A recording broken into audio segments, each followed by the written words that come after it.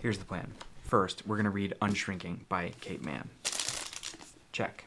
Then, we're going to make a first reactions video. Check.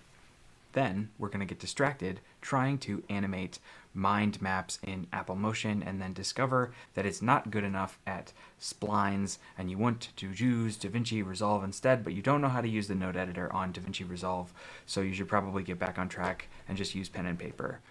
Check.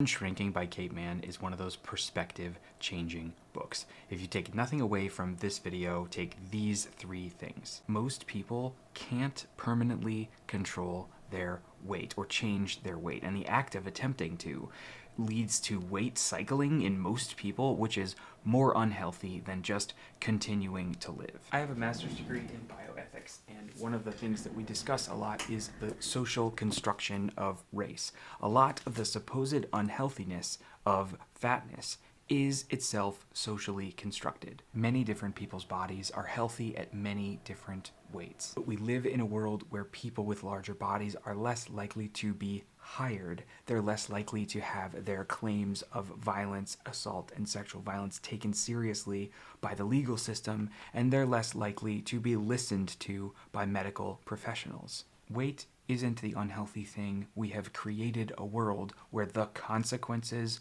of your weight are socially policed to an unhealthy degree. Which brings me to the third major takeaway.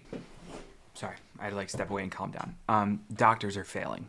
Doctors are failing patients that they claim to be responsible for. Women go into doctors' offices and are told to lose weight and then are sent on their way, and the doctors pat themselves on the back for being the moral police instead of actually doing their jobs. There's a harrowing personal story in this book about one of the most unhealthy times in the author's life, when she went into the office and her needs were completely ignored by the doctor who was supposed to be taking care of her. And I wouldn't be emphasizing this point so much, except when I posted that first video reacting to the book, there were plenty of women in the comment section saying that this was exactly their experience. If you put a microphone too close to a speaker, it will cause a screeching feedback loop. There is a version of this happening in the medical system right now. Doctors say that fat is unhealthy, and so they police and judge and ignore the legitimate medical issues of fat people who come to their offices. So fewer fat people go to the doctor,